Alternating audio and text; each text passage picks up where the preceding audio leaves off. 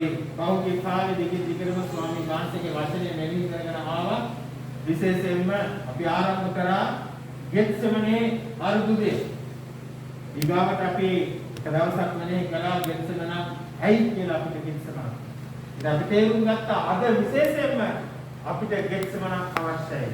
මොකද ගෙත්සෙමනේ සිද්ධුනේ වෙන දෙයක් නෙමෙයි. යේසුස් වහන්සේ දේව පුත්‍රයා වෙලා පියාණන් වහන්සේ සමග ඒ පුදුමාකාරී සම්බන්ධතාවය යේසුස් වහන්සේ ඇති කරගත්තම තමයි යේසුස් වහන්සේට ගෙත්සෙමනේ පසු බල ගැනීමක් ඇති වුණේ. ආමෙන්. එනම් ප්‍රේමවන්තයනි අද බල ශක්ති පැත්ත සම්පූර්ණයෙන්ම දුර්වලලා තියෙන මේ අවස්ථාවක අපිට ඇත්තටම ගෙත්සෙමනක් අවශ්‍යයි. විශේෂයෙන්ම මේ කාලේදී ඉදිරියේදී අපේ දෙවියන් වහන්සේගේ කරුණාව අනිවාර්යයෙන්ම අවශ්‍යයි. ඉතින් අද දවසෙත් අපි කවුරුත්වත් බලනවා මේ ලෙන්ද කාලේ නිසා මේ ගෙත්සෙමනේ ඇත්තටම අපිට ලැබෙන ආශිර්වාද යේසුස් වහන්සේ ගෙත්සෙමනට යෑම කරනකොට උන්වහන්සේ ලැබූ බලයත් උන්වහන්සේ ලැබූ ශක්තිය අපිට ඇත්ත වශයෙන්ම මේ ශක්තිය ලැබෙන ආකාරය ගැන දෙවියන් වහන්සේ කවුරුද වේවා. හලෙලූයා. හොඳයි අද අපි අද බලන්න යන්නේ ප්‍රේමවන්තේ ගෙත්සෙමනේදී ස්වාමීන් වහන්සේ ඉස්තර කරපු රාජ්‍ය අපි මේක පැහැදිලි කරගමු දේශනාව තුළින්. දෙවියන් වහන්සේ අපිට ඉස්තර කළා වූ රාජ්‍ය. මොකද අපි දන්නවා පසුගිය සති කීපය තුළ අපිට පෙනී ගිය දෙයක් තමයි ගෙත්සෙමන මොනතරම් වැදගත් දෙයක්ද විශේෂයෙන්ම වැදගත් ස්ථානයක්ද මේ සතර කාලේ.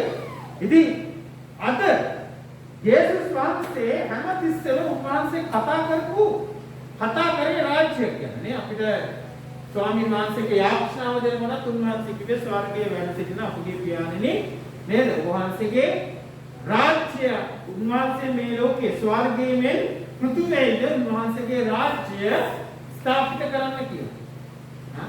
අපි උගක් කරලා හිතාගෙන ඉන්නේ රාජ්‍යෙන් අපි යන්න ඕන කියලා. නෑ යේසුස් වහන්සේ අපිට ඉගෙනුවේ ඒක නෙමෙයි. යේසුස් වහන්සේ අපිට ඉගෙනුවේ ස්වර්ගයේ මේ පෘථිවියේ දෙවියන් වහන්සේගේ රාජ්‍ය මෙහි ස්ථාපිත කරන්න. ආමෙන්. ඊයදී බලමු ප්‍රේමවන්තින දෙවියන් වහන්සේ කොච්චර සාධාරණද? මේ පෞකාර අපි ජීවත් වෙන මේ පොළව තුල දේව රාජ්‍ය ස්ථාපිත කරන්න. ඉතින් ඒකෙන් අපිට අත් වශයෙන්ම ඉගෙන ගන්න ගොඩක් දේවල් තියෙනවා. ඇත්තටම ගෙත්සෙමනේදී යේසුස් වහන්සේ කරේ රාජ්‍ය තෝරාගත්තා. ආමෙන්. හලෙලූයා. උන්වහන්සේ එතන කරේ රාජ්‍ය තෝරාගත්තා. මොකද යේසුස් වහන්සේ කිව්වා මම මගේ කැමැත්ත තෝරාගෙන උන්වහන්සේට එතන ලොකු ගැටණයක් තිබුණා. මම මගේ කැමැත්ත තෝරාගෙන මේ පැත්තේ ඉන්නවද? එහෙම නැත්නම් දෙවියන් වහන්සේගේ පියාණන් වහන්සේගේ කැමැත්තට යට වෙලා කීකරු වෙලා දේව රාජ්‍යයේ ඉන්නවා. ප්‍රේමවන්තයනි දැන් අපි දන්නවා දැන් ගෙත්සෙමනේ යේසුස් වහන්සේ අන්තිමට එකගතාවයකට ආවනේ. මොකද්ද එකගතාවේ? පියාණන් වහන්සේගේ කැමැත්ත තමයි මම කරන්නේ. ඒ එකගතාවයට ආවා කියලා පියාණන් වහන්සේම යේසුස් වහන්සේ ඔසවා ගන්නත් යේසුස් වහන්සේ ඒ රාජ්‍ය ස්ථාපිත කරේ ස්ථිර කරේ මේ අපිට පෙනෙන්නේ නැති කොහෙවත් නෙයි ඈත තැනකද එහෙම නැත්නම් පොළවේද? පොළවේ. මේ පොළවේ. ඒ මොකද උන්වහන්සේ පියාණන් වහන්සේට යාඥා කරේ පියාණන්ගේ වහන්සේගේ කැමැත්ත වේවා කියලා යාඥා කරේ මොකක් සම්බන්ධයේද? මරණය ගැන, සම්පත් කරන ලැබීම ගැන, නැවත නැගීම ගැන, විශේෂයෙන්ම මරණය ගැන. ඒතර මරණය සිද්ධ වුණේ ප්‍රේමවන්තනි මේ මහා පොළවේ. ඒකෙන් පේනවා දෙවියන් වහන්සේ පියාණන් වහන්සේට යාඥා කරලා ඔබ වහන්සේගේ කැමැත්ත මම ඉටු කරනවා කියලා උන්වහන්සේගේ කැමැත්ත ඉටු කරන්න තිබුණේ මේ මහා පොළවේ. අමාරු කාලේ ඉන්නේ මහා පොළවේ උන්වහන්සේ ඔසවා ගත්තන් පස්සේ උන්වහන්සේ ඉන්නේ පියාණන් වහන්සේගේ දකුණු මහා බල පරාක්‍රමයේ. හලෙලූයා. එනිසා උන්වහන්සේට බලය වුණේ ශක්තිය වුණේ. කොහේ ඉන්නද මේ? මහා පොළවේ ඉන්න. දැන් අපි දන්නවා දැන් ගෙත්සෙමනේ ගෙත්සෙමනේ දී යේසුස් වහන්සේ ප්‍රේමවන්තයනි දැන් ඒ ගෙත්සෙමනේ යේසුස් වහන්සේට ඒ පොරවැදීම තිබුණට දැන් ඊට ඉස්සෙල්ලා ඉඳන්ම යේසුස් වහන්සේ මේ ගැන කතා කරා. ඒක අපි දන්නවා. ගෙත්සෙමනේ වහන්සේ පොරවැදුවා. හැබැයි ඊට ඉස්සෙල්ලා ඉඳන්ම යේසුස් වහන්සේ මේ ගැන කතා කරා. දැන් අපි කියමු මේ බයිබල් කොටස අපි මේක ඉස්සෙල්ලා ගත්තා. ඒවත් පටන් යේසුස් වහන්සේ කියන්නේ තමන් යෙරුසලමට වැඩම කර ප්‍රජා මූලිකයන්ගේ හා නායක පූජකයන්ගෙන්ද විනයධාරයන්ගෙන්ද බොහෝ දුක් වේදනා විඳින්න මරණු ලබන්නට තුන්වෙනිදා උත්ථාන කරනු ලබන්නට යන බව ශ්‍රිය ශ්‍රාවකයන්ට දන්වන්නට පටන් ගන්නසේක. ඒක ඊපස්සේ මොකක්ද වෙන්නේ? එවිට පේතුරු උන්වහන්සේ පැත්තකට කැඳවා තරවටු කරන්න පටන්ගෙන ස්වාමීනි එය දුරින්ම දුරු වේවා.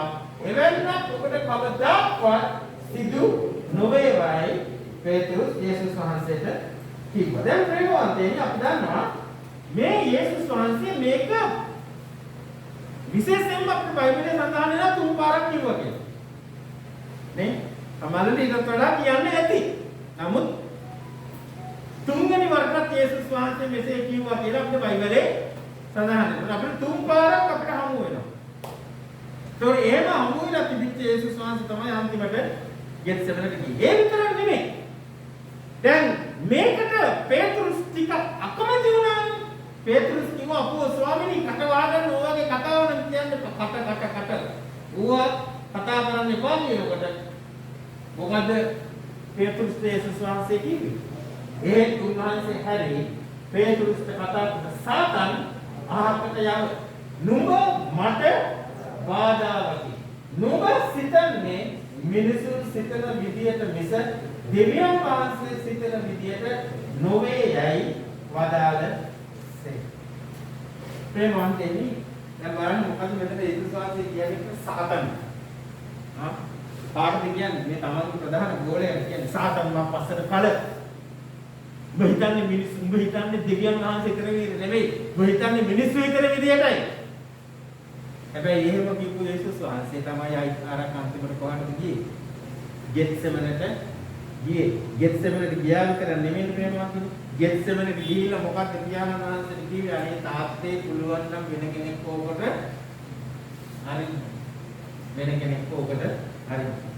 ප්‍රේමවන්තනි හැබැයි ඒ හොඳ වෙලාවට යේසුස් වහන්සේ කිව්වා තාත්තේ මම හිතන විදිහට නෙමෙයි ඔබ වහන්සේගේ කැමැත්ත අනිවාර්යයෙන්ම සිද්ධ කරන්න. ඔබ වහන්සේගේ කැමැත්ත සිද්ධ කරන්න. අන්න එහෙම කියලා පහළට එනකොට තමයි ප්‍රේමවන්තයනි මුර සෙබළු ඇවිල්ලා යේසුස් වහන්සේව අල්ලගත්තේ.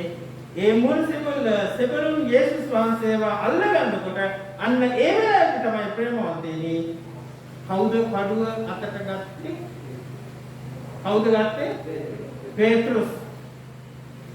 මතෙව් මාක් ලූක් තුනේම තියෙනවා උත්තම පූජකගේ 16ගේ කන කපන පිටස එතන කෙනෙක් කඩුව ගත්තා කියලා. හැබැයි යොහන් තුමාගේ සුභාරංචිය තියෙනවා පේතුරුස් කඩුව අතට අරගෙන උත්තම පූජකයාගේ 16ගේ කනට ගැහුවා. ඒතර කවුද කඩුව අතට ගත්තේ? පේතුරුස්. ඒ සාමාන්‍ය කඩුව කියලා කියන්නේ ප්‍රේමවන්තයන් අර මේ අපිට හම්බ වෙන අර සන්නත් දෙකිට එක ආත්මික සන්නත් දෙකිට එක ගැලවෙන්නේ නැමැති තොප්පිය ධර්මිෂ්ඨක අමිත නැමැති ලයවස්ම නේද? ඒකේ කඩුව කියලා හඳුන්වන්නේ මොකක්ද? දේව වචනයයි. එතන කඩුව කියලා හඳුන්වන්නේ දේව වචනයයි. නමුත් ප්‍රේමවන්තයනි මෙතන කඩුව දේව වචනයද? මෙතන මේ කඩුව කියන්නේ දේව වචනය නෙමෙයි. කොහෙත්ම නෙමෙයි. මෙතන කඩුව කියලා කියන්නේ මොකක්ද? අපේ බලය. මගේ ශක්තිය. ඒකනේ පේතුරුස් කරන්න ගියේ. මගේ ආයුධය. මගේ ඡන්දිකම වෙන්න. අපේ විසඳුම. නේ? ඒකනේ පේතුරුස් කඩුව අරගෙන කපලා කොටන්න හැදින්නේ. හොඳ වෙලාවට කන කපලා එතනින් අහක් වුණා. අයිසත්යෙන් මරුණා නම් එහෙම කාවාරි ඉවරයි. ඊගාවට මගේ ආසාව මොකද්ද? මේ මෙතුමත් එක්ක ගිහිල්ලා මෙතුම රජු වුණාන් පස්සේ අපි අමිති මණ්ඩලේ. ඒ නිසා ඒකට විරුද්ධ වෙන්න දෙන්න බැහැ. දැන් මෙතන කියන්නේ ඒ නිසා මොකද්ද ගත්තේ අතට කඩුව. අනේ නිසා මතක තියාගන්න ඕන ප්‍රේමවන්තයනි මෙතන කඩුව කියලා කියන්නේ දේව වචනය නෙමෙයි. මෙතන කඩුව කියලා කියන්නේ ඊට වඩා සම්පූර්ණයෙන්ම කන පිට දෙයක්. අපේ බලය. දැන් අපි ඔයන් කීපයක් තියෙනවා. අපි ඔයන් එකක් දෙකක් විතරක් බලමු. දැන් අපේ බලය ප්‍රේමවන්තයනි අපි දන්නවා මේ සිද්ධියෙන් පස්සේ යේසුස් වහන්සේව අල්ලගෙන යේසුස් වහන්සේව නඩු විභාගයට අරගෙන ගියා. පිලාත් ඉදිරියට යේසුස් වහන්සේ ගියා. දැන් මෙතන පේතුරුස් අපේ බලයනේ ගත්තේ. නේ? ඒක පෙන්වන්නනේ ගියේ. හැබැයි යේසුස් වහන්සේව පිලාත් ඉදිරියට අරගෙන ගියාම බලන්න මොකද වෙන්නේ කියලා. කියන්නේ කොහොමද? ඒ කීම අසු කල පිලාත් වඩා බිය වී රජවාසලට යලිත් ඇතුළු වී යේසුස් වහන්සේ අමතා. ඔබ කොහෙන් එන්නේදයි ඇසී. ඒත් යේසුස් වහන්සේ කිසි පිළිතුරක් නොදුන්සේ. එබැවින් පිලාත් කතා කොට ඔබ මට පිළිතුරක් නොදෙන්නේද?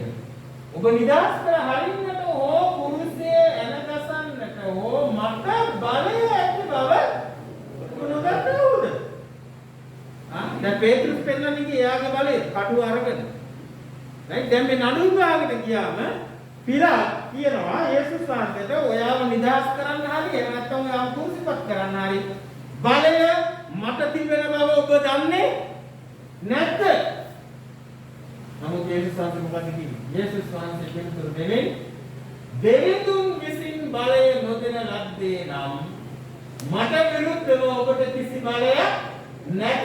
එබැවින් මා ඔබ අතට පාවා දුන් තැනැත්තාගේ පාපය වඩා බරපතලයි වදාළසේක. ඊළාට මම හිතන්නේ ඉතින් මල පණින්න නැති හොඳ. ඕක කියනකොටනේ. දැන් ප්‍රේමවන්තයන් අපි දන්නවා මෙතන වුණා මොකද්ද යේසුස් වහන්සේ පෙන්වන්නේ? දෙවියන් වහන්සේ ඔබට බලය දුන්නේ නැත්තම් ඔබට බෑ මට විරුද්ධව කිසිම දෙයක් කරන්න. දැන් මෙතන පොඩ්ඩ අපිට පේන ප්‍රේමවන්තයන් යේසුස් වහන්සේ උන්වහන්සේගේ රාජ්‍යයේ බලය උන්වහන්සේ ස්ථාපිත කරනවා. හලෙලූයා. හැබැයි රාජ්‍ය බලය ස්ථාපිත කරන ප්‍රේමවන්තයන් අපි දකිනවා උන්වහන්සේට ශක්තිය ලැබුණේ අයින්කාරත් එක්ක ස්ථිර වුණේ කොහේද? ගෙත්සමනේදී.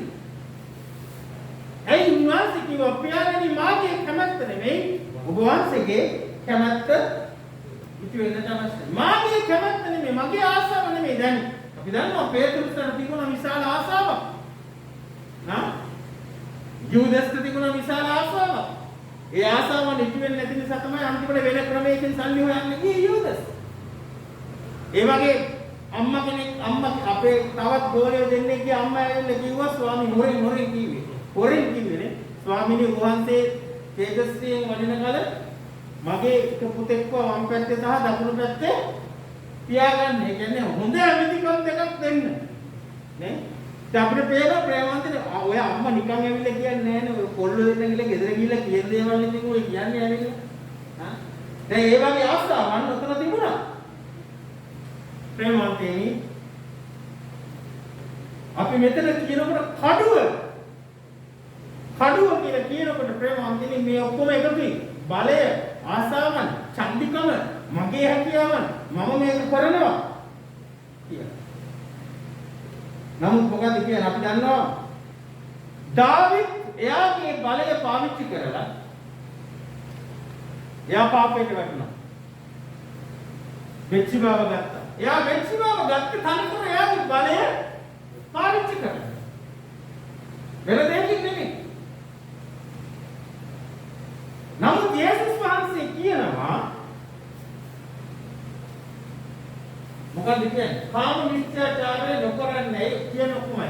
කාම මිත්‍යාචාරය නොකරන්නේ කී බව ඔබ අසා ඇත. මම ඔබට කියන්නේ. අපි බැලුවොත් එන්න මට උතුමාගේ සුභාරම්භී පස්වෙනි පරිච්ඡේදයේ ගොඩාක් තියෙනවා මේ වගේ දේවල්. මම ඔබට කියන්නේ. මොකද මේ කියලා කියන්නේ? දැන් උදා වෙන රාජ්‍යය එහෙම නෙවෙයි. ඒක යමෙකු ස්ත්‍රියක් දැස කාම රාගයෙන් බැලූ කෙනෙහිම ඔහු ඇය සමග සිටින් කාම විචාරය කර ඇත. වරදට වැටීමට හේතු ඔබේ දකුණස නම් ඒ උගලා ඉවතර ලන්න. මුළු ශරීරයේ නිරේහි හෙල්පු ලැබීමට වඩා ඔබේ අවයව වලින් එකක් නැතිවීම ඔබට යහපත. දැන් ප්‍රේමවන්තයනි අපිට පේනවා මෙතන මොකද්ද කඩුව ගත්ත වෙලාවේදී පේතෘස්ට යේසුස් වහන්සේ මොකක්ද කිව්වේ? නුඹේ කඩුව අරගෙන කුකුලේ දාගන්න. හරි? මම හිතන්නේ මේ පදේ මේකට ඇවිල්ලා නැහැ. මේක ඒ විදිහට යේසුස් වහන්සේ කතා කරා. මොකද කියන්නේ ඔබගේ කඩුව කුකුලේ දමා ගන්න. ඉතින් ඉවරුන්නේ නැහැ. ඊට පස්සේ කියනවා මොකද? කඩුව ගන්නෝ සියල්ලම කඩුවෙන්ම නැසති. දැන් මතක තියාගන්න අයිතිවාරක්. දැන් මේ කඩුවල දේව වචනයට සමාන කරන්න එපා. හරි? දේව වචනේ කඩුව නම් කඩු ගන්නෝ කඩුවෙන් ජීවත් වෙන්නේ. ඇයි ඒ? ඇදහිල්ල තමයි වචනේ. හැබැයි මෙතන ප්‍රේමවන්තයන් සම්පූර්ණයෙන්ම වෙනස්. මෙතන කියන්නේ මොකද? කඩු ගන්නෝ කඩුවෙන්ම නැසති. කඩුවෙන්ම නැසති. දැන් ප්‍රේමවන්තයනි අපි මේක තේරුම් ගන්නට මේ කඩුවෙන්ම නැසති කියන එක තේරුම් ගන්නට අපි රෝම පොතේ පළවෙනි පරිච්ඡේදයේ බලමුත් එහෙම ඒක ටිකක් දිග මේකක් නිසා මම මේකට දැම්මේ නැහැ. නමුත් උඹ කවුරු ගන්නද? කඩු ගන්නෝ කඩුවෙන්ම නැසති. මොකක්ද කියන්නේ? අයිපාරක් ඔක්කොමයි කියන්නේ කඩු ගන්නෝ කඩුවෙන්ම නැසති. ඒතර කඩුව බලය නම් බලය අතට ගන්නෝ නැසති මොකකින්ද? ඉතින් මට ඔක කියන්න ඕනේ නැහැ විස්තර කරන්න ඕනේ නැහැ මේ දවස්වල නේද? බලය අතට ගන්නෝ මැරෙන්නේ බලයෙන්ම තමයි. නේ? කඩුව ගන්නෝ කඩුවෙන්ම නැසති. ඔබලා දන්නද ප්‍රේමාන්තයනි මේ කීම යේසුස් වහන්සේ දේව වචනේ අපට සනාථ කරලා තියෙන විදිය. බලන්න පාපිෂ්ඨ ලෝකේ රෝම 1 මම කියවන්නේ 18 ඉඳලා පාපිෂ්ඨ ලෝකේ අධර්මයෙන් සත්‍යයට අකුල් හෙළන මිනිසුන්ගේ අභක්තිය සහ අධර්මිෂ්ඨකමට විරුද්ධව දේව උදහස ස්වර්ගයෙන් ප්‍රකාශ වන්නේය. දේව උදහස ස්වර්ගයෙන් ප්‍රකාශ වන්නේ. මොකද එතන කියන්නේ? දැන් ඊට පස්සේ මේ පෙන්눔 කරනවා ඒගොල්ලන්ට ඇතිවෙච්ච තෘෂ්ණාවන් විවිධ පාපයන් පාපිෂ්ඨ දේවල් පෙන්눔 කරලා අන්තිමට කියනවා එබැවින් බලන්න මොකද්ද කියන්නේ? දෙවියන් වහන්සේ ඔවුන්ගේ මානසික තෘෂ්ණාවලට කායික දූෂණවලට ඔවුන්ව පාවා දුන්සේක. කඩු ගන්නෝ කඩුවෙන්ම නැසති. ඔවුන්ගේම මානසික තෘෂ්ණාවලට ඔවුන්ගේ මානසික තෘෂ්ණාව බලය නම් ඔවුන් මැරෙන්නේ බලයෙන්. ඒක අපි දන්නවද? ඔවුන්ගේ මානසික තෘෂ්ණාව බීමක් කම නම් ඔවුන් මැරෙන්නේ මේවත් එක්ක හැටියට. ඒකත් අපි දකිනවා. ඔවුන්ගේ මානසික තෘෂ්ණාව කාමනිෂ්ඨතාවය නම් ඔවුන් මැරෙන්නේ ඒකෙන්ම. කඩු ගන්නෝ කඩුවෙන් නැසති. ඒක දිගටම කියනවා ඒ නිසා දෙවියන් වහන්සේ ඔවුන් නින්දිත කාම තෘෂ්ණාවන්ට වහල් කළසේ. ඊගාට කියනවා කවද ඔවුන් සිය බුද්ධියෙහි දෙවියන් වහන්සේට තැනක් දීම නුසුදුසුයයි සිතූ බැවින් නුසුදුසු දේ කරන පිණිස තමන්ගේම දූෂිත චේතනාවන් වලට ගොදුරු වීමට දෙවියන් වහන්සේ ඊට හැරිය ඒක දැන් කවුද මේ කරලා දෙන්නේ? දෙවියන් වහන්සේ. කඩු ගන්නෝ කඩුවෙන්ම නැසති. ප්‍රේමවන්තනි අපි මං හිතන්නේ අද සමාජයට අපි දකිනවා මේක සිද්ධ වෙන හැටි. නේද? පිල්පලින්නෝ කනලම යති මැරෙති. නේද? පිල් කනගෙන ගිහිල්ලා මාරු වෙලා පාට මාරු කරගෙන බලය ආසාවන් මේවා ඔක්කොම කරන අය ඒකෙන්ම තමයි අද නැති වෙලා යන්නේ. ප්‍රේමවන්තයන් අපේ දෙවියන් වහන්සේ මොකක්ද කියන්නේ? එදා ඒ පේතෘස් කියනවා පේතෘස් මම ජයගන්නේ ඔය කඩුවෙන් නෙමෙයි. මම ජයගන්නේ මගේ බලය පෙන්නලා නෙමෙයි. නේ යේසුස් වහන්සේ ඉස්සෙල්ලාම බලය පෙන්වන්න කියලා කිව්වේ උන්වහන්සේගේ සේවයේදී කවුද? සාතන්. අන්තරේ. සාතන් කොහොමද දෙවියන් වහන්සේගේ පුත්‍රයා නම් කරුණාකර මොකද්ද? මේ ගල් පාන් වෙන්නට සලස්වන්න. යේසුස් වහන්සේ මොකද්ද කිව්වේ? මම නුඹට කිසි ගනුදෙනුවක් නෑ මිනිස්සුયો. ඇයි ඒ? ස්වාමීන් වහන්සේගේ වචනයෙන් තමයි මම ජීවත් වෙන්නේ. ඔබ මෙතනින් ඵලයන්. ඒ වගේ තුන් පාරක් සාතන් එළෙව්වා. වචනෙන්ම එළෙව්වා. එතන කඩුව උනේ දේව වචනය. හැබැයි ප්‍රේමවන්තනේ දේව වචනේ කඩුවක්ම තියෙද්දී අද අපිට වෙලා තියෙන්නේ මොකද්ද? අපි ගන්නේ පේතෘස්ගේ කඩුවයි. පේතෘස්ගේ කඩුව ඇවිල්ලා බලය, දුෂ්කම, තමන්ගේ ආසාවන්, තමන්ගේ මති මතාන්තර මේවා ඉෂ්ට කරගන්නා වූ කඩුවයි. හැබැයි යේසුස් වහන්සේ කියනවා ඒ කඩු ගන්නෝ කඩුවෙන්ම නැසිති කියලා. ප්‍රේමවන්තයනි, ඇත්තටම අද දවසේ අපි මේක ඉතාමත්ම ගැඹුරින් අපි තේරුම් ගත යුතු දෙයක් තමයි ප්‍රේමවන්තයනි. ප්‍රේමවන්තයනි, අද අපි දන්නවා දේශපාලනයට වෙන්නේ ওই ටිකමයි. මොන කඩු ගත්තත් අන්තිමට උන්ට නැහින්න වෙන්නේ ඒ කඩුවෙන්ම තමයි. ප්‍රේමවන්තයනි, යේසුස් වහන්සේ මේ කඩුව කතාව කියලා ඊට පස්සේ මොකක්ද කිව්වේ? දැන් පේතෘස්ට කිව්වනේ යේසුස් වහන්සේ කඩු ගන්නෝ කඩුවෙන්ම නැසිති කියලා. එතනින් උන්වහන්සේ නැවතුන්නේ නැහැනේ. උන්වහන්සේ ඊට පස්සේ මොකක්ද කිව්වේ? උන්වහන්සේ කිව්වා පේතෘස් දේව දූත සේනාවකට සේනාවක 12කට මම එක විසිල් එකක් ගැහුවොත් දැන් ඔයා දන්නවද දේව දූත සේනාවක 12ක් වුණත් ඇවිල්ලා මාව මෙතනින් මුස්කාලා උස්සනවා. හැබැයි ඒක මගේ පියාණන් වහන්සේගේ රාජ්‍යයේ සැලැස්ම නෙවෙයි.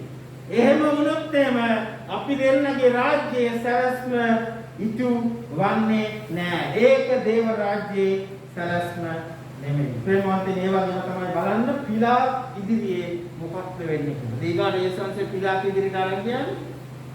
පිලාත් ඉදිරියට ගියා. මේක හරි වැදගත් දෙයක්. යෝහන් කුමාරගේ සුභාරංචියේ අපිට හමු වෙනවා පිලාත් ඉදිරියට ගියාම මොකක්ද වෙන්නේ කියලා. අපිට බලන්න කියවන්න. එබැවින් යලි රජවාසලට පිලාත් ඇතුළු වී යේසුස් වහන්සේ කැඳවා නුඹ යුදෙවරුන්ගේ රජදයි ඇසී. යේසුස් වහන්සේ පිළිතුරු දෙමින් මෙය ඔබව කියන දෙයක්ද නැතහොත් අන් අය මාගෙන කී දෙයක්දයි ඇසුසේ. ප්‍රේමවන්තයනි, අපි දන්නවා යේසුස් වහන්සේ කුරුසිපත් වෙන්න ඉස්සෙල්ලා කොච්චර යේසුස් වහන්සේගේ ප්‍රශ්න ඇහුවා. ඔබ මොනවද කරන්නේ? ඔබට කියන්න දෙයක් නැද්ද? ඔගොල්ලෝ කියන්නේ යේසුස් වහන්සේ දුන්න උත්තර ටික මේ වාක්‍ය ටිකයි. මුදර කියවලා බලන්න බයිබලේ. යේසුස් වහන්සේ උත්තර දුන්නා නම් උත්තර දුන්නේ මෙන්න මේ ටික විතරයි. මොකක්ද දන්නවද? එසේ කියන්නේ ඔබමයි. එසේ කියන්නේ ඔබමයි. ඒක එක උත්තරයක්. හැමදේම සුභාරංචික කතරම කියලා බලන්න. එසේ කියන්නේ ඔබයි. ඊට වඩා උත්තර දුන්නේ නැහැ. ඊගාවට තව තැනක කිව්වා මෙතෙක් පටන් මනුෂ්‍ය පුත්‍රයාණන් දෙවියන් වහන්සේගේ දකුණු මහා බල පරාක්‍රමයේ වැඩ සිටිනවා ඔබ දකින්නට යනවා. ඔබලා දන්නවද යේසුස් වහන්සේ මේක මේ ඉස්සෙල්ලා කොහොමද කිව්වද? ඔය වගේ කතාවක් නෑ. කොටින්ම කියනවා නම් පේතෘස් මනුෂ්‍ය පුත්‍රයාණන් කවුරුද කියලා මිනිස්සු මොනවද කියන්නේ? එතකොට එක එක කතාවල් කියවන්නේ පේතෘස් කියනවා පේතෘස්. ඔය මොකක්ද කියන්නේ? ඔබ සැබවින්ම දෙවියන් වහන්සේගේ පුත්‍රයා. යේසුස් වහන්සේ ශක්කුණා. කොහොමද ඔබ දන්නේ? යේසුස් වහන්සේ කිව්වා දෙවියන් වහන්සේ ඔබට ඔබ එළිදරව් කරේ නැත්නම් ඔබ කාටවත් ඔබ දකින්නේ නැහැ. ඒ කිව්වේ යේසුස් වහන්සේ ඇහුවේ නැහැ පේතෘස් උඹට කවුද ඔබ කිව්වේ? උන්වහන්සේ දන්නවා අනිවාර්යයෙන්ම පේතෘස්ට ඔබ එළිදරව් කරේ දෙවියන් වහන්සේ. අඩු ගානේ යේසුස් වහන්සේ වෙනකොට කියලා තිබුණද මම දේව පුත්‍රයා කියලා? නැහැ. උන්වහන්සේ කිව්වේ නැහැ. නඩු අහනකොට ප්‍රශ්න අහනකොට උන්වහන්සේ දුන්න උත්තරේ එසේ කියන්නේ නුඹලාමයි. ඊගාවට තමයි කිව්වේ මෙතක් පටන් මනුෂ්‍ය පුත්‍රයාණෝ දෙවියන් වහන්සේගේ මහා දකුණු මහා බල පරාක්‍රමයේ. මතක තියාගන්න මම නිතරම කියන දේ මේක හරි වැදගත් ප්‍රකාශනයක්. ඒ මොකද අපේ මේ බයිබල් සිංහල පරිවර්තන වල ලියවෙලා කියන්නේ දකුණු පැත්තේ කියලා. right? දැන් දකුණු පැත්තේ කියලා කියනකොට ප්‍රේමවන්තනි ඒක නෙමෙයි මෙතන අදහස් කරන්නේ. දකුණු මහා බල පරාක්‍රමයේ the right hand glory of power. නිකන් මේ just right hand නෙමෙයි. එතකොට දකුණු මහා බල පරාක්‍රමයේ කියලා කියනකොට මොකද දෙවියන් වහන්සේගේ බල පරාක්‍රමයේම තමයි යේසුස් වහන්සේ ඉන්නේ කියලා. එතකොට අන්න ඒක තමයි පිලාත්ට තදුනේ. ඇයි? පිලාත්ට කැමතිුනේ නෑ. උත්තර පූජකයන් කැමතිුනේ නෑ. යේසුස් වහන්සේ දෙවියන් වහන්සේ බව තේරුම් ගන්න. දැන් නිකම්ම යේසුස් වහන්සේ කොන අනේ නෑ පිලාත් අනේ නෑ පූජකතුමනි මම දෙවියන් වහන්සේ නෙමෙයි. අපි කියමුකෝ මම දෙවියන් වහන්සේගේ නිකන් දූතෙක් විතරයි. එහෙම නැත්නම් අනාගත වස්තු කෙනෙක් විතරයි. අන්න එහෙමනම් අනේ ඇත්තද කියලා ෂෝක් එකට තියාගන්නේ කන්න මොන දේ. හැබැයි ඔක්කොටම කදුනේ වෙන දෙයක් නිසා නෙමෙයි. කදුනේ මොකද්ද? දේව පුත්‍රයා කියලා කියපු නිසා. එතකොට ප්‍රේමවන්තනි දේව පුත්‍රයා ඇවිල්ලා කියනකොට මාගේ රාජ්‍යයක් ගැන පියාණන් වහන්සේගේ රාජ්‍යයක් ගැන කතා කරනකොට උත්තර පූජිකයන් ඉන්න බැරි වුණා මොකද ඒක දන්නවා කාගේ රාජ්‍යය ගැනද මේ කතා කරන්නේ. දෙවියන් වහන්සේගේ රාජ්‍යය ගැන. හලෙලූයා. දැන් බලන්න ප්‍රේමවන්තනි මෙතන කියනවා. යේසුස් වහන්සේ කියනවා නුඹ යුදේ වරුන්ගේ රටේ ඇසියේ. යේසුස් වහන්සේ පිළිතුරු දෙන්නේ. මෙය ඔබම කියන දෙයක්ද නැතහොත් අන් අය ගැන කියද්ද ඇසුස් එක. පිලාත් පිළිතුරු දෙන්නේ. මම යුදේ වෙන්නේ. මොකද ඒක පිලාත් ඒ උත්තරය ඇල්ලුවේ නැහැ. පිලාත් යුදේ වෙන්නේ නෑ. ඒ නිසා මම යුදේ වෙන්නේ.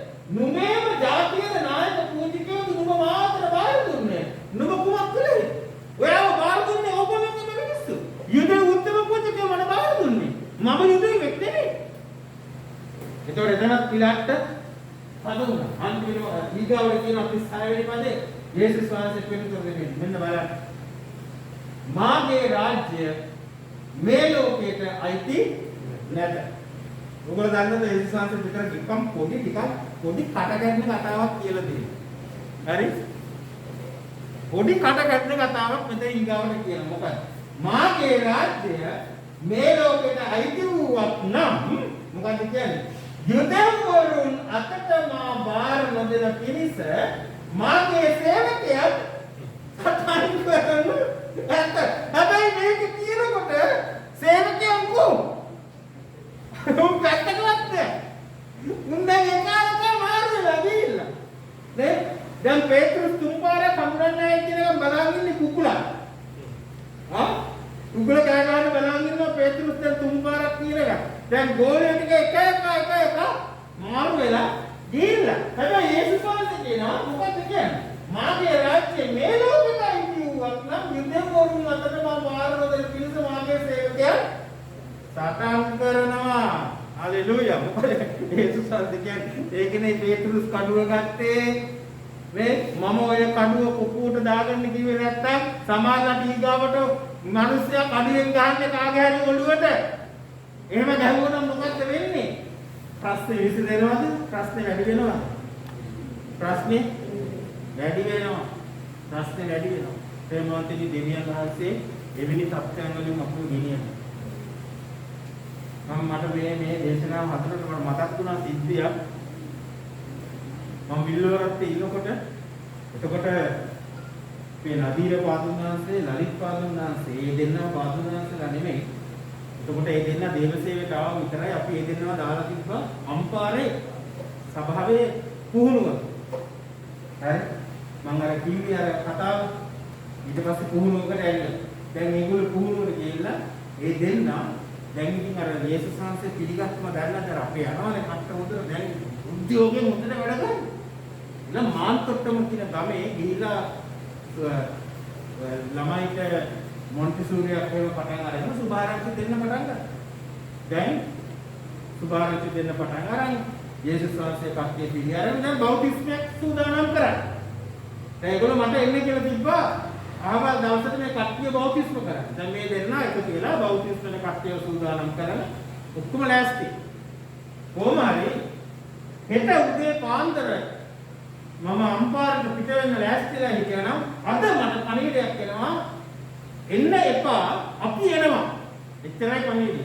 වෙන මොකක්වත් නැහැ. එන්න එපා අපි එනවා. මම ඒ දවස්වලට කොටි ප්‍රශ්න දෙමුණා අම්පාරේ මාත්‍රම කෙනෙක්ම. මම හිතුවා එහෙම ප්‍රශ්නයක් වෙන්නේ නැති කියලා. දැන් මම හොයන්න ගත්තා. ඇයි මේගොල්ලෝ මට එන්නේ නැපා? දැන් මේගොල්ලෝගේ ටෙලිෆෝන් වලට කෝල් ගන්නවා. නමුත් කිසිම උත්තරයක් නැහැ. කොන්ටැක්ට් කරන්න විදියකුත් නැහැ. ඒ දවස්වල ටෙලිෆෝන් සිස්ටම් එක එච්චරම හොඳක් නැහැ.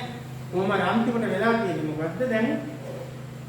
මේගොල්ලෝ දෙන්නව හාමුදුරු කණ්ඩායමක් ඇවිල්ලා විශේෂයෙන්ම අම්පාරික බුද්ධංගල හාමුදුරුවෝ එයා ළඟදී මැරුණා.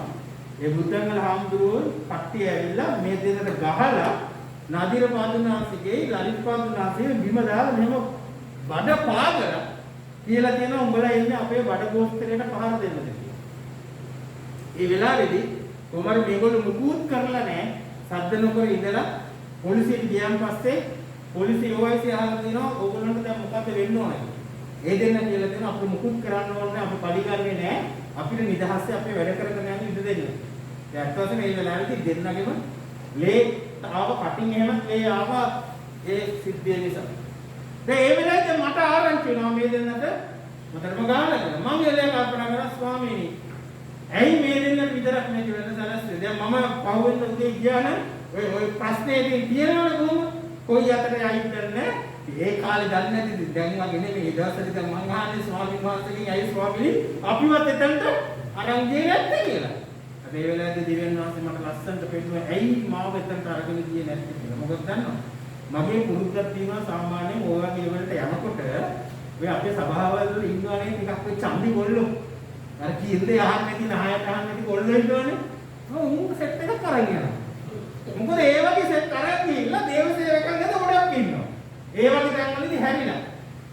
බිල්ලෝරත්තේ කොල්ල 12 දෙනෙක්ව මං අරන් යන්න සෙට් කරලා තිබ්බේ මාත් එක්ක. මාන්කොට්ටම. අරන් ගියාම මොකද්ද වෙන්නේ? උන් 12 දෙනා ගහනවා නම් අමුදුරන. හැබැයි උන් 12 දෙනා හාමුදුරන්ට ගැහුවා නම් තප්පේ ඊට වඩා බයයි. ඊට පස්සේ මට ඒක තේරුණා මම ස්වාමීන් වහන්සේට පස්සේ ස්වාමීන් ස්තුතියි ඔබ වහන්සේ සියල්ල පාලනය කරලා තියෙනවා. හalleluya. ප්‍රේමවන්තයනි යේසුස් වහන්සේ කියනවා මොන්න බලන්න ඔය වගේ කතාවක් මේ කියලා දෙන්නේ ඈ යේසුස් වහන්සේ කියන්නේ මොකද්ද? මේ මම මේ රාජ්‍යයේ කෙනෙක් නොවුණා නම් මගේ සේවකයෝ මගේ ගෝලයෝ එහෙමනම් ක්‍රියා කරන්නේ වෙන විදියකටයි. සම්පූර්ණයෙන්ම වෙන විදියකට ක්‍රියා කරන්නේ. හැබැයි ගෝලයන්ව යේසුස් වහන්සේ ප්‍රිපෙයාර් කරලා තිබුණා. සූදානම් කරලා තිබුණා. අඩුම ගානේ 3 පාරක් කියලා තිබ්බා. බලා කලබල වෙන්න එපා. මනුෂ්‍ය පුත්‍රයා නම් මරණු ලබන්නට, තැන්පත් කරනු ලබන්නට තුන්වෙනිදා මලුන්ගේ නැගිටින්නට අවශ්‍යයි. ඊතර පේතුරුස් කියනවා නෑ ස්වාමීනි අපි ඔබ වහන්සේගේ පස්සෙන් මෙනවා කියනවා. මොකද්ද පේතුරුස් කෑ ගහන්න එපා පේතුරුස්. කුකුල 3 පාරක් කනගාටු ඉස්සෙල්ලා ඔයා මාව හඳුනන්නේ නැහැ කියලා කියනවා. ඒක ඔක්කොම මතක් වෙනවා මිනිස්සුන්ට. ඒ කට්ටියට මතක් වුණා. ඒතර යේසුස් වහන්සේ මොකද කියන්නේ? යුදෙවරුන්ගේ අතර මා මාර්ග හොදන පිරිස මාගේ සේවකයන් සත්‍ය කරනවා. ඒ නිසා මාගේ රාජ්‍යය මෙලොවින් වූව නොවේ. හalleluya. බලන්න යේසුස් වහන්සේ කියන කතාව ප්‍රේමවන්තයනි මම අර කිව්වනේ යේසුස් වහන්සේ දීපු උත්තර ඒ උත්තර වලට අමතරව නඩු විභාගයේදී යේසුස් වහන්සේ පැහැදිලිව කියන්නේ මෙන්න මේක විතරයි. මොකද දන්නවද දැන් කතාව? බලන්න සුභාරම්භ පත්‍රම කියවයි. ඉස්සල්ලාම යේසුස් වහන්සේ කිව්වේ එසේ කියන්නේ නුඹලයි. ඒක තමයි දිගටම කියන්නේ. ඊගාවට එකපාරක් කිව්වා ඒ විතර නෙමෙයි මෙතෙක් පටන් මනුෂ්‍ය පුත්‍රයාණෝ දෙවියන් වහන්සේගේ දකුණු භාගයේ මහ බල පරාක්‍රමයේ වැඩ වාසය කරනවා ඔබ දකින්නේ. ඊට අමතරව ප්‍රේමවන්තනි කළා තියෙන එකම ස්ටේට්මන්ට් එක මේක.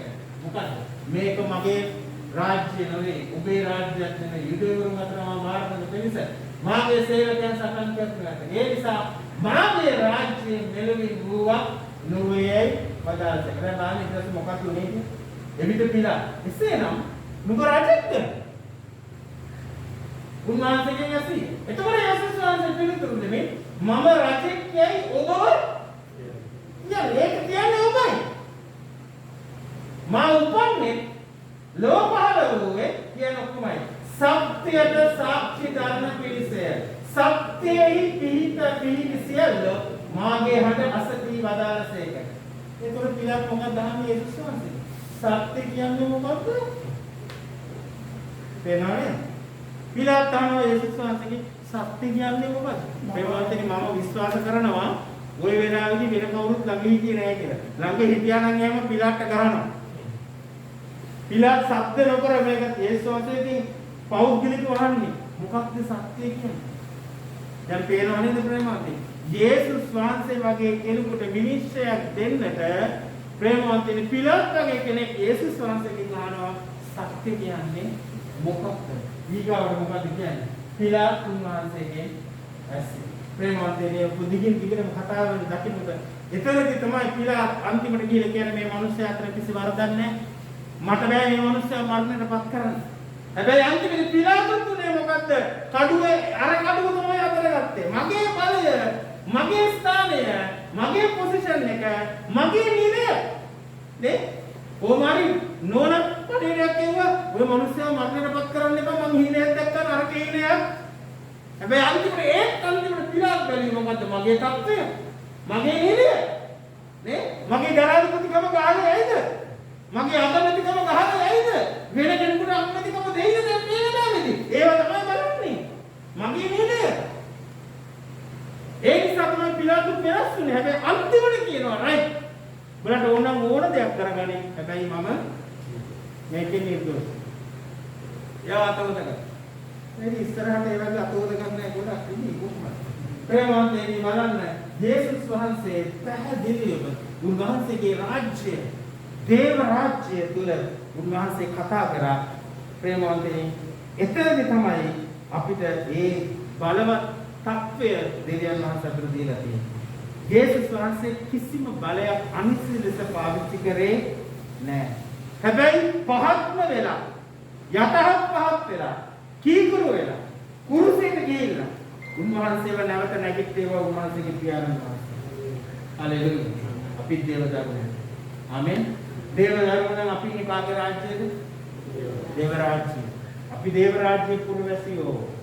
හලෙලුයා. හැබැයි ජීවත් වෙන්න තියෙන්නේ මේ ලෝකේ. මතක තියාගන්න අපි මෙහෙම අරගෙන උස්සන ගන්න කීන වෙන කොහොමඩක්වත් දාන්නේ නැහැ. අපිට ජීවත් වෙන්න තියෙන්නේ මේ මහ පොළවේ. මහ පොළවේ ඉන්න දේව රාජ්‍යයේ පුරවැසියෝ. හලෙලුයා. කියන්නේ අපි මහ පොළවේ ඉන්න දේව රාජ්‍යයේ පුරවැසියෝ. යේසුස් වහන්සේ කියනවා අර දේව වචනේ කඩුව නෙමෙයි. නමුත් අනිත් කඩුව, ඒ කඩුව ගත්තොත් ඒ කඩුවෙන්ම තමයි අපිට පහර වදින්නේ. බලය නම් බලයෙන්ම මැරෙනවා. කාමමිච්ඡාචාරය නම් ඒකෙන්ම යනවා. හොරකම නම් ඒකෙන්ම යනවා. දුෂ්‍යකම නම් ඒකෙන්ම යනවා. අබ්බැහිකම නම් ඒකෙන්ම නැසිනවා. ප්‍රේමවන්තයනි. ඒ නිසා අපි ගන්න ඕන ප්‍රේමවන්තයනි මෙච්චරලා කතා කරපු කඩුව නෙමෙයි. මෙච්චරලා කතා කරපු කඩුව නෙමෙයි. මොනවද අපේ බලය, අපේ චන්දිකම්, අපේ ආශාවන් මේවා ඔක්කොම ඉෂ්ට කරගන්න ඕනි නම් එහෙනම් ප්‍රේමවන්තයනි අපි කෙලින්ම මොන රාජ්‍ය පුරවැසියන්ද වෙන්න ඕන? දේව රාජ්‍ය. එහෙමනම් අපි ගන්න ඕන මොන කඩුවද? දේව වචනේ නැමැති කඩුවයි. මම හිතන්නේ මේ කාලේ දේව වචනේ තරම් කඩුවක් අපිට නැහැ. අපිට නැහැ. අපි උදේ නැගිටිනකොට අර කාටුන් වල යන්නේ නිදා ගන්න බයයි. උදේ නැගිටිනකොට මොනවා වෙයිද දන්නේ නැහැ. හැබැයි ප්‍රේමවන්තනි අහසත් පොළව මොනවා පහ වෙලා ගියත් වෙනස් නොවන පහව නොයන්නා වූ එකම දේ මොකද්ද? දේව වචනය. බලන්න දේව වචනේ කොච්චර බලවත්ද? ඔක්කොමයි කියවන. දෙවියන් වහන්සේගේ වචනය ජීවමානයි. හලෙලුයා. ක්‍රියාශීලී. දෙමුවත් කඩුවකට වඩා තියෙන්නේ. අපි කියනවා දේව වචනය දෙමුවත් කඩුවක් වගේ කියලා. නමුත් මෙතන මොකක්ද කියන්නේ? දෙමුවත් කඩුවකට වඩා තියෙන්නේ. ආත්මය ප්‍රාණයෙන්ද සංදි අකමිතුරු වලින්ද වෙන් කරන තරම් විනිවිද යන්නේය. සිතේ සිටවිලිද අරමුණද විමසන්නේ. අයිපාරක් හොඳට ප්‍රේමවන්තනි මේකේ අර්ථය අරගෙන කියවන ඔක්කොම දෙවියන් වහන්සේගේ වචනය ජීවමානය, ක්‍රියාශීලීය, දෙමුහත් කඩුවකට වඩා ප්‍රියයි. ආත්මය ප්‍රාණයෙන්ද සංදි අකමිතුරු වලින්ද වෙන් කරන තරම් විනිවිද යන්නේය. සිතේ සිටවිලිද අරමුණද විමසන්නේ. හලෙලුයා. ආමෙන්. ඊයේ මායි සිස්ටර් ගියා කෙනෙක්ව බලන්න. යාට අසනීපයි. එයා පහුගිය කාලේ නේද පෙරේද කෝල් කරලා කිව්වා මෙන්න මෙහෙම ප්‍රශ්නයක්. එයාගේ ඇඟේ ඇතුලේ ගෙඩි වර්ගයක් දාලා තියෙනවා. දැන් ඒව ටිකක් වර්ධනය වෙනවා. ඒ නිසා එයාව අරගෙන ගිහිල්ලා අර පෙට් ස්කෑන් එකක් කියන පෙට් ස්කෑන් එකක් කරා. ඒ පෙට් ස්කෑන් එක ලංකාවේ එකම එක තැනකයි කරන්නේ. RCBT විතරයි. මොකද දන්නවද කීයක් charge කරනවද කියලා? 1,75,000ක් මේ පෙට් ස්කෑන් එක කරන්නේ. ඒ පෙට් ස්කෑන් එකෙන් මොකද්ද කරන්නේ? මට පෙන්නුවා ඔක්කොම මේකේ රිපෝට් හරි ලස්සනයි. ඒකේ ඇඟ ඇතුලේ යම් ආකාර අපේ දේව මැවිල්ලට වෙනස් දෙයක් ඇඟ ඇතුලේ තියෙනවා. ඒ තියෙන තැන එක එක පාට වලින් ඒක පෙන්නුම් කරනවා. එයාගේ ඇඟේ උළුවේ ඉඳලා මේ දිගටම ඇඟ ඇතුලේ ගෙඩි වර්ගයක් තියෙනවා. දැන් මේ පෙට් ස්කෑන් එකේ පෙන්නුම් කරනවා ඒ හැම ගෙඩියක්ම රතු පාටින් හරියට රතු පාට බාපු දාලා. හරි? ඉතින් දැන් එයා මට පෙන්නුවා මේක බලන්න ලෑස්තිලා මේක කොච්චර ඇඩ්වාන්ස්ද කොච්චර උසස් දෙයක්ද මේ ටෙස්ට් එක. ඉතින් ඇඟ ඇතුලේ විනිවිද ගිහිල්ලා දැන් ඒකේ පෙන්වන්නේ ප්‍රේමවන්තනි අපේ ශරීරයේ අසාමාන්‍ය දෙයක් තියෙනවා නම් අසාමාන්‍ය දෙයක් කියලා කියන්නේ ප්‍රේමවන්තේ සාමාන්‍ය දෙයක් කියන්නේ මොකද්ද? දෙවියන් වහන්සේ අපිව මවපු දෙවියන් වහන්සේ අපිව මවපු ආකාරයට වඩා අසාමාන්‍ය දෙයක් එතන තියෙනවා නම් මොකද ඒ පෙන්වන්නේ? එතන ටෙක්ස්ට් ස්කෑන් එකේ පෙන්නනවා අපේ ඇඟේ තියෙන ඒ අසාමාන්‍ය දේ. බලන්න මෙතන දේ වචනේ මොකක්ද කියන්නේ? අයිත් පාරක් කියන්න කොහොමද? දෙවියන් වහන්සේගේ වචනය ජීවමානයි, ක්‍රියාශීලී, දෙවුවක් කඩුවට වඩා පියුමයි. දැන් මේ කඩුව, ඒ වචනය කොහෙන්ද යන්නේ? ආත්මය ප්‍රාණයෙන්ද සම්දි ඇටමිතුරු වලින්ද වෙන් කරන තරම් විනිවිද යන්නේ. දැන් මේ පෙට් ස්කෑන් එක ප්‍රේමවන්තේනි අද 1,75,000ක් වීදම් කළා ආසිරි හොස්පිටල් එකේ කරාට පළමුවෙන්ම මේ පෙට් ස්කෑන් එකට හඳුන්වලා දෙන්නේ කවුද? හalleluya. හැබැයි ඕන මම එකක් කියන්නම් 1,75,000ක් වීදම් කළා ඒ පෙට් ස්කෑන් එකේ පෙන්වන්නේ වැරද විතරයි. මෙතන මොකද්ද පෙන්වන්නේ? වරද විතරද පෙන්වන්නේ? නෑ. ප්‍රේමවන්තේ ඇට මිනිවල දැන් මේ මගේ යාළුවගේ ඊගාවට බෝන් මැරෝ ටෙස්ට් එකක් කරන් තියෙනවා. ඒ අරන් තියෙන්නේ මොකටද? යම් කිසි විදියකින් මේ ඇට කටු වල මොකක් හරි ප්‍රශ්නයක් තියෙනවද කියලා චෙක් කරන්න. දැන් මෙතන මොකක්ද කියන්නේ? මේ ටෙස්ට් එකක් කරනකොට මොන වචනද දෙවියන් වහන්සේගේ වචනය. දේව වචනය අපි හරහා යනකොට ප්‍රේමවන්තේ නිකන් ටෙස්ට් ස්කෑන් එකකේ ඒකේ නිරීක්ෂණය විතරක් නෙමෙයි. මොනවද මෙතන කියන්නේ? දෙවුවක් කඩුවට තොල තීව්‍ර ඒක කපනවා. මොනවද? ආත්මය, ප්‍රාණය, සංදි, අටවිදුර වලින් වෙන් කරන තරම් විනිවිද යන්නේ. ඒ විතර නෙමෙයි. සිතේ සිතිවිලි පව. හalleluya. ගහමුදෙන් නාන්දරක් පොඩි. ප්‍රේමන්තේනි අපි දේව රාජ්‍ය පුරවැසියෝ. කියන්නේ කොහොමද? අපි දේව රාජ්‍ය පුරවැසියෝ. අපිට අත තියෙන්නේ ඕක විතරයි. මොන කඩුව? අර එදා පේතෘස් ගත්ත කඩුව නෙමෙයි. අද මේ කඩුව. මේකෙන් ප්‍රේමවන්තේනි පෙට් ස්කෑන් එකක් අරගෙන නිරීක්ෂණය කරන විතරක් නෙමෙයි ඒකට අවශ්‍ය කරන ප්‍රතිකාරය දෙවියන් වහන්සේ අපිට අනිවාර්යයෙන්ම ලබනවා. හalleluya. පියාසක. ආදරවන්ත දෙවි පියාණන් අපි වහන්සේ ගෞරවයෙන් මාගේ ප්‍රශංසා කරනවා. සිදුරාණා කරමු. ස්වාමී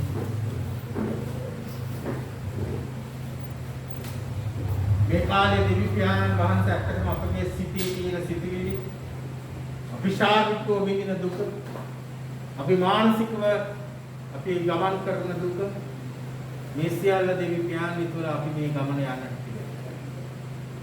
ස්වාමීන් වහන්සේ අපට ආශිර්වාද කළ මැනව ස්වාමිනී අපිට මේ වචනය නැමැති කඩුව අරගෙන ස්වාමිනී ඒක පරීක්ෂණයක් නොව ඒක ප්‍රතිකර්මයක් හැටියට අද අපගේ ජීවිතයට අදාළ කරගෙන ස්වාමීනි මේ කර්ණ කොටගෙන අපගේ ආශාවන් අපගේ බලය අපගේ කැමැත්ත ස්වාමීනි ඉතුරු ගන්නට නමුත් ඔබ වහන්සේගේ කැමැත්ත ඔබ වහන්සේගේ රාජ්‍යයේ ප්‍රතිපත්ති අනුව අපිට තීරණ පියවර ගන්නට ඔබ වහන්සේ අපට උදව් කරන්න ස්වාමීනි අපිට එසේ අද කරන්නට පුළුවන්කම ලැබිලා තියෙන්නේ ස්වාමීනි මේ රාජ්‍යයේ ප්‍රතිපත්ති වලින් අපිට ගැලවෙන්නට ඔබ වහන්සේගේ ජීවිතේ පූජා කරපු මේ පූජාව නැවත නැගිටීමත් වලින් අපට ඔබ වහන්සේ දුන්නා මේ පුතුන් ගැලවීම ගැන ස්තුතිවන්ත වෙනවා ස්වාමීනි අපි හෙට දවස අපි දන්නේ නැහැ අපි ගමන් කරන්නේ කොහාටද මොනවද වෙන්නේ නමුත් ඔබ වහන්සේ තුල ස්වාමීනි ඔබ වහන්සේ අපෝගෙන කියන සියලු ගෞරවය මහිමේ ප්‍රශංසාව ඔබ වහන්සේටයි යේසුස් ක්‍රිස්තුස් වහන්සේගේ නාමයෙන් ආමේන් ආමේන් දැන් අපගේ පියාණන්ගේද පුත්‍රයන්ගේද සිතාඥාන්ගේද තිය ආශිර්වාද ඔබ සියලු දෙනා සමග දැනුත් මත් සදා කාලකම් පවතින සේක්වා ආමේන් ප්‍රදේශ පීඨයි ලබන බදාදා එන්න ස්වාමීන් වහන්සේ මේ වචනේ සදා සුචි වේ විශේෂ යාඥා කරගන්න